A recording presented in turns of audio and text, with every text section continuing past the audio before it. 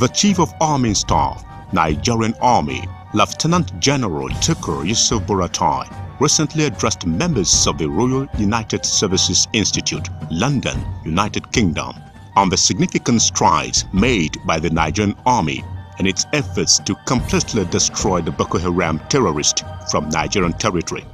The Chief of Army Staff was introduced to the audience on arrival by the Director, Military Sciences, Royal United Services Institute, Professor Peter Roberts.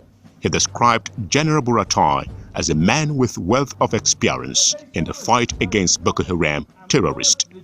For us to welcome back again Lieutenant General Tukur Yusuf Buratai from Nigeria, who is a man with extensive experience. But he might talk about what's on the title, which is what comes next.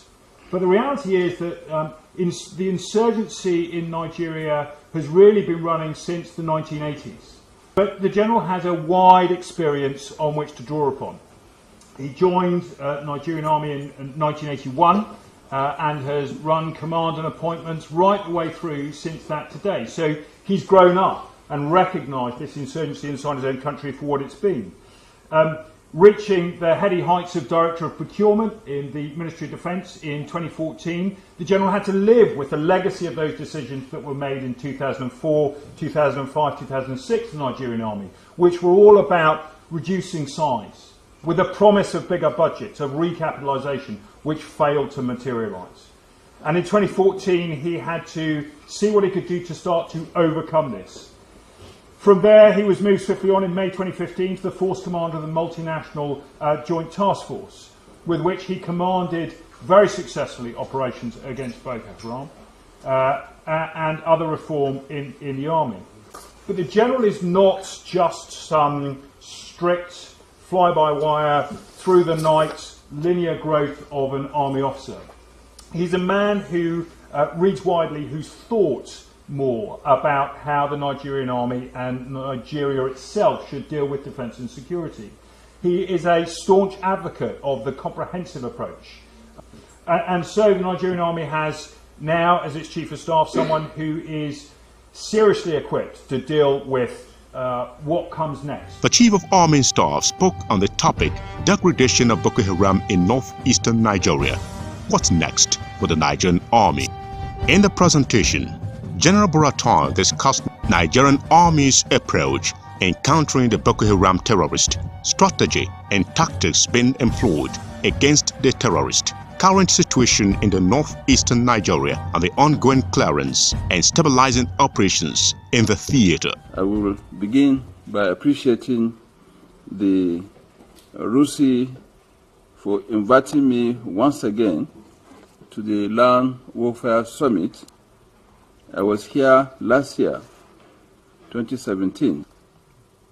Since then, the Nigerian Army has made significant strides in the efforts to completely destroy the Boko Haram terrorists from Nigerian territory. Also, some security challenges have developed in other regions that require military action. The Nigerian Army, with other security agencies, have been attending to these challenges. In order to avoid being overstretched, continuous threat analysis are being carried out so that considerable attention is given to areas where security is most likely to degenerate. Therefore, I once again feel humbled and most privileged to be here to share my thoughts and experiences, but this time on the topic, degradation of Boko Haram in northeastern Nigeria. What next for the Nigerian Army? The employment of military by sovereign states globally to conduct operations against enemy or adversary is designed to set conditions for favorable conflict resolution. The military often accomplishes the set objectives through simultaneous combination of offensive, defensive, and stability operations that set conditions for favorable conflict resolution. Nigeria has achieved significant progress in the campaign against the Boko Haram terrorists. The sect has been significantly degraded, as will be evident in the course of this lecture. Consequently, we have gradually moved from conduct of major operations to small-scale mop-up and clearance operation. I'm here in this audience with me, one of the first generals who commenced the major exercise or the major operations towards degradation of the Boko Haram terrorists. He is Major General L.O. Adeosun. The Chief of Army Staff observed that the employment of the military by sovereign states globally to conduct operations against enemy or adversary is designed to set conditions for favorable conflict resolution. The military often accomplishes the set objectives through simultaneous combination of offensive, defensive, and stabilizing operations that set conditions for favorable conflict resolution. Nigeria has achieved significant progress in the campaign against the Boko Haram terrorists. Nigeria is reported to have recorded the largest drop in death toll arising from terrorism in 2017. The number of terrorism victims in Nigeria was put at 3,100 in 2016 compared to 5,556 in 2015, which is 80% less than the previous years, quote unquote. This significant drop in Boko Haram terrorist activities is due to the systematic campaign led by the Nigerian Army in conjunction with other services of the armed forces of Nigeria in coordination with other elements of national security and national power. Similarly, 75% decline of Boko Haram terrorist victims was reported in Nigeria's neighboring countries of Cameroon, Chad, and Niger, which means fewer deaths arising from terrorist activities in the Lake Chad Basin.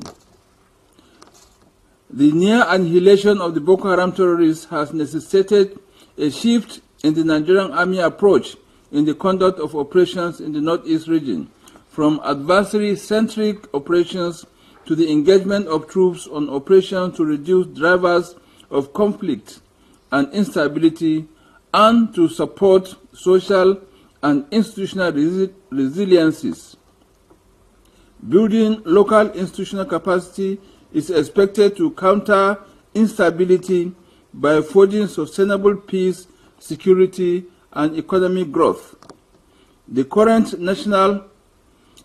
operational environment in the Northeast thus entails Nigerian Army formations and units engaging in stability tasks through the conduct of missions, tasks, and activities across the range of military operations to establish conditions for long-term stability.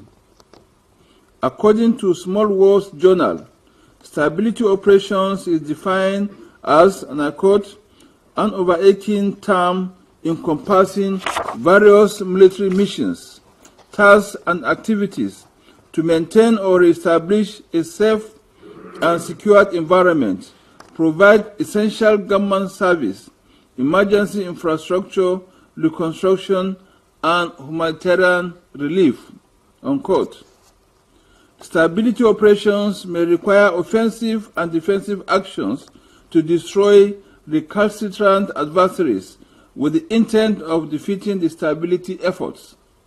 In this vein, the Nigerian Army has been conducting series of stability operations like disarmament, demobilization, and reintegration in collaboration with the Defense Headquarters under Operation Safe Corridor and our own Operation Last Hole, which was formally flagged off by me on the 14th of June this year. The Nigerian Army has also been carrying out activities to assist in the free freedom of movement of goods and services within the theater of operation, ensuring public safety as well as carrying out quick impact projects like road reconstruction and the renovation and reconstruction of schools and hospitals, among others, as part of her stability operations. The Nigerian Army stability tasks in the Northeast region are conducted in coordination with the Nigerian Navy, Nigerian Air Force, and other security agencies to maintain or re-establish a safe and secure environment in order to provide essential governmental services, emergency infrastructure, reconstruction, and humanitarian relief. The focus is on identifying, targeting, and mitigating the root causes of instability to set the conditions for long-term development by building the capacity of local institutions. Therefore, this paper will highlight strategies to better understand the progress so far made by the Nigerian Army in the campaign against the Boko Haram terrorists since my last presentation, and its future plans to further entrench stability in the Northeast region. For example, in 2014, prior to the administration of President Muhammadu Buhari, a total of 872 Boko Haram terrorists suffered casualty compared to 1,696 in 2016, barely after about 1 year in office of the Buhari administration. This gives an increase of about 100%, mainly due to the intensity and effectiveness of operations of our troops, including that of the Nigerian Air Force. Also, while 464 Boko Haram terrorists were arrested by armed troops in 2014, a total of 1,343 were arrested in 2016, showing an increase of more than 250%, which is also an indication of a more effective strategy put in place to degrade the Boko Haram terrorists. In the same vein, a comparative analysis of weapons seized, equipment losses, and troops wounded in action showed the effectiveness of the military operations from 2015 to date when compared to the period 2010 to 2014. For instance, the number of vehicles lost by troops reduced by as much as 98% between 2015 till date, from 85 vehicles to a mere 5 in 2017. This is equally an indicative of the resilience of the troops. The statistics as to the Nigerian Army's casualties in men and equipment showed steady decline over the period 2015 to date. The battle casualties declined from 740 in 2014 to less than 90 in 2017. The Nigerian Army is working hard to completely halt the casualty rates this year and beyond.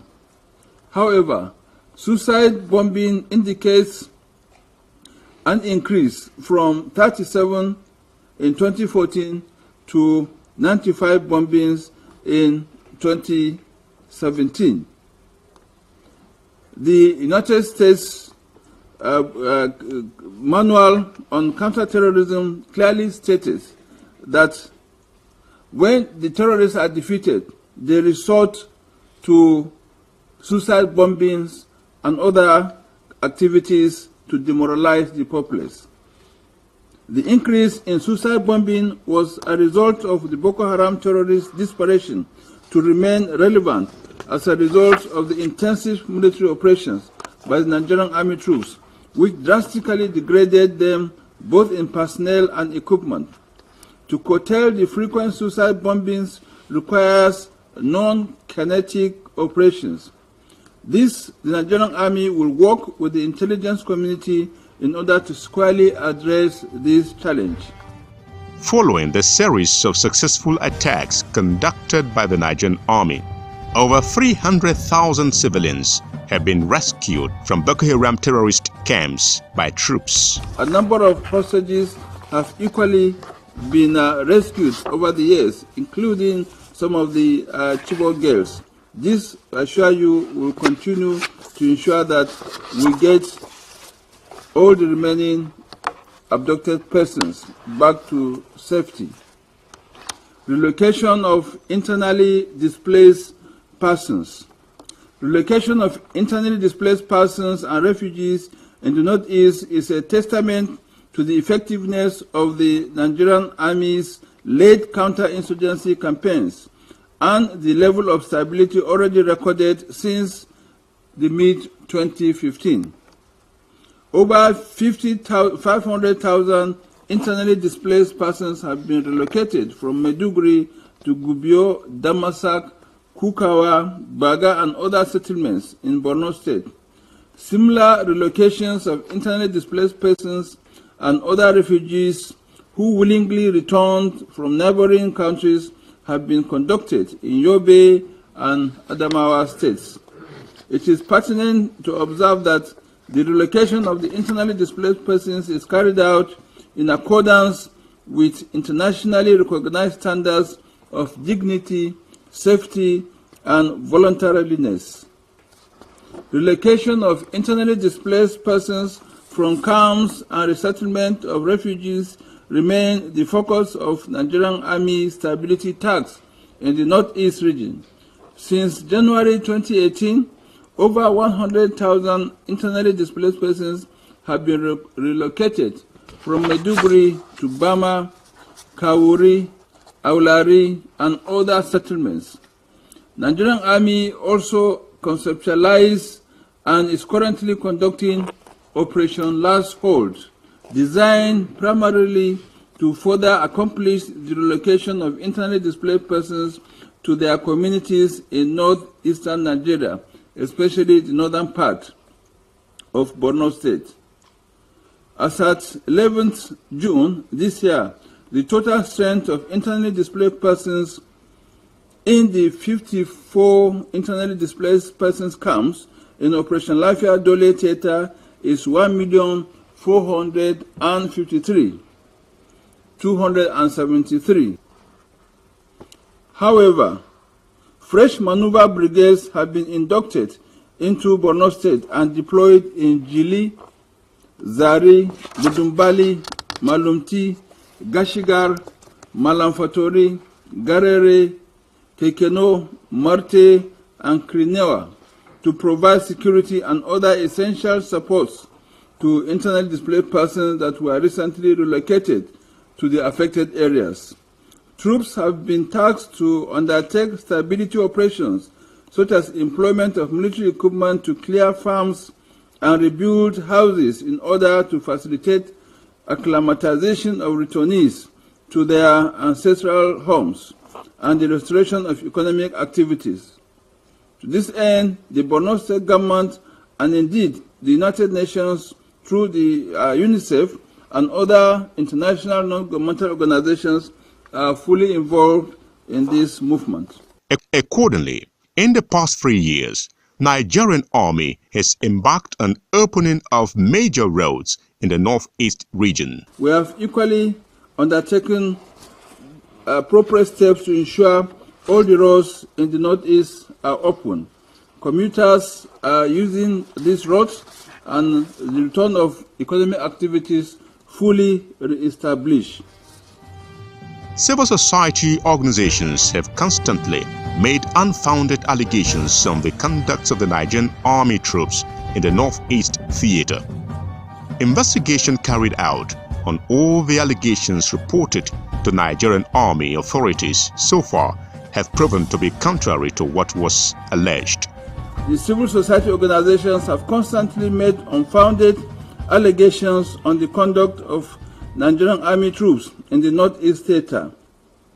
Amnesty International and some other groups are at the forefront of constantly leveling accusations of sexual exploitation of civilian victims of insurgency, extrajudicial killings, and other vices against troops.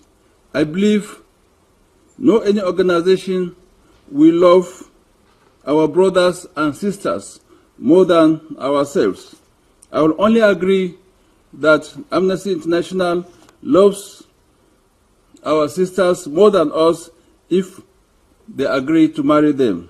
Investigations carried out on all the allegations reported to Nigerian Army authorities so far have proven to be contrary to what was alleged. Continuous leveling of unfounded allegations by civil society actors against the troops has remained a big distraction in the performance of the much-desired stability task in the Northeast region. Nigerian Army has made concessions to civil society groups to vet its activities in the Northeast region.